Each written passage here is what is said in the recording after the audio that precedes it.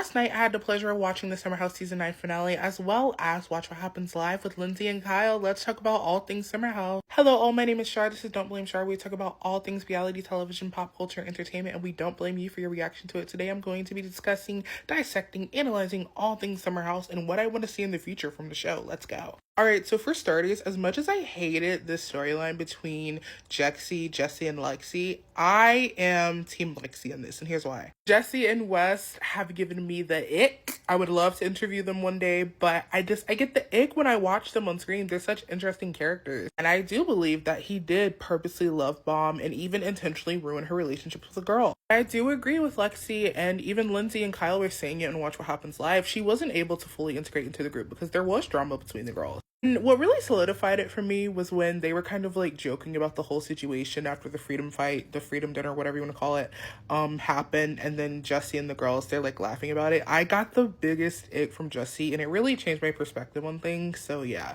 I was also a little confused by Sierra defending Wes, only because we've seen the trajectory of her and Wes's relationship, friendship this season. So I was kind of like, okay. And an interesting thing that happened last night on Watch What Happens Live was that Lindsay was actually defending Gabby for defending Lexi so much. She was explaining that Gabby is a girl's girl and she's a ride or die, and she will be loyal to any girl that her best friend, including Lexi in this moment. To which Kyle also agreed with Lindsay about Gabby and agreed that Lexi had been love bombed the entire summer. And ultimately, stuff like that solidified my opinion on Jesse and West. I feel like I'll be vindicated next season. Something bad is going to happen with the girls and everyone's going to see what I see. Moving on, I thought this costume from Sierra, she really is the queen of costumes in Summer House. I thought it was hilarious though. She's a 6'5" guy with blue eyes. She's one of those annoying like day traders who has their daddy on speed dial, and I thought it was hilarious. No one in the Summer House is going to be able to outdo Sierra in costumes ever. I also really loved seeing Lindsay, have Gemma. It really, as a Lindsay fan, it warmed my heart to see Lindsay has truly grown the most through this experience. Like,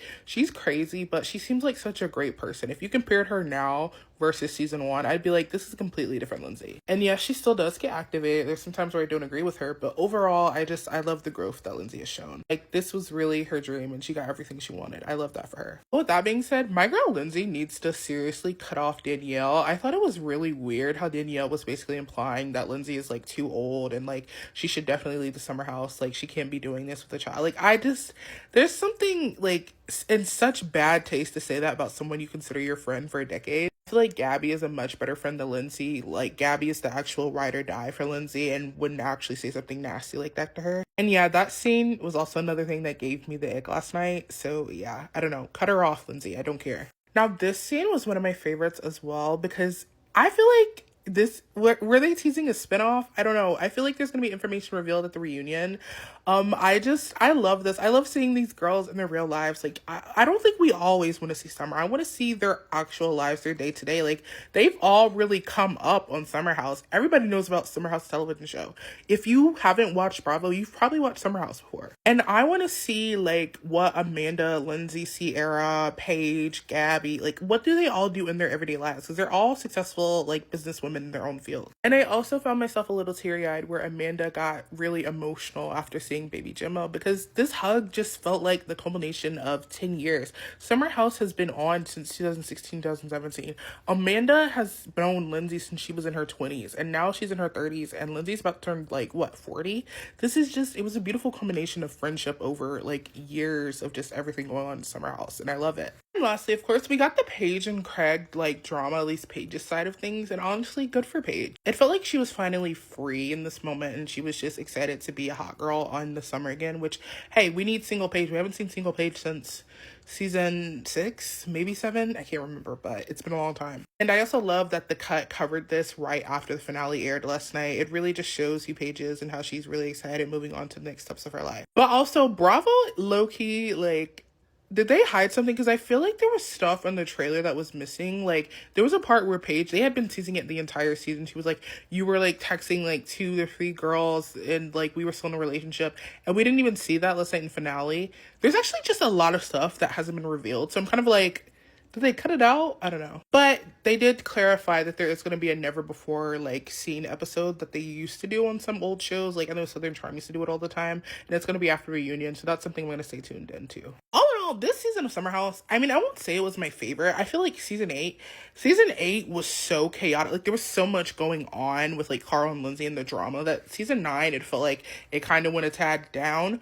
But that's fine. And I still want to see the lives of these people. I mean, I really love the found family, element of Summer House. And it's something that a trope that I really love always will always be found family. And the last huge thing for the season is reunion, where everything's gonna get hashed out. I'm really excited to see Lexi and Sierra sort of like hash everything out, because Lexi has been talking trash about Sierra, honey. Like, I'm gagging at some of the stuff she says. And Sierra called it out at this reunion from what we see in the trailer about her talking about her in press. So hey, I'm looking forward to seeing everything be gotten into at this point. Also looking forward to see Paige talk more about the breakup and give us even more context, because that finale, like, I feel like we didn't get full context. We just really got Paige saying, I'm free, I'm happy, I'm in my career, and I'm excited to move on to better things. As always, I want to know what you guys feel about Summer House. Did you guys enjoy season 9? What was your favorite part of season 9 if you enjoyed it? Did you dislike it? I want to know all your opinions in the comments below. Let me know, and I'll see you guys in my next NRE Pop Culture Updates video. Peace out! And if you stayed to the very end, thank you so much. Make sure you follow me so you don't miss all things Summer House, reality television, entertainment, pop culture. I cover it all in here because I love y'all. Bye, guys. Mwah.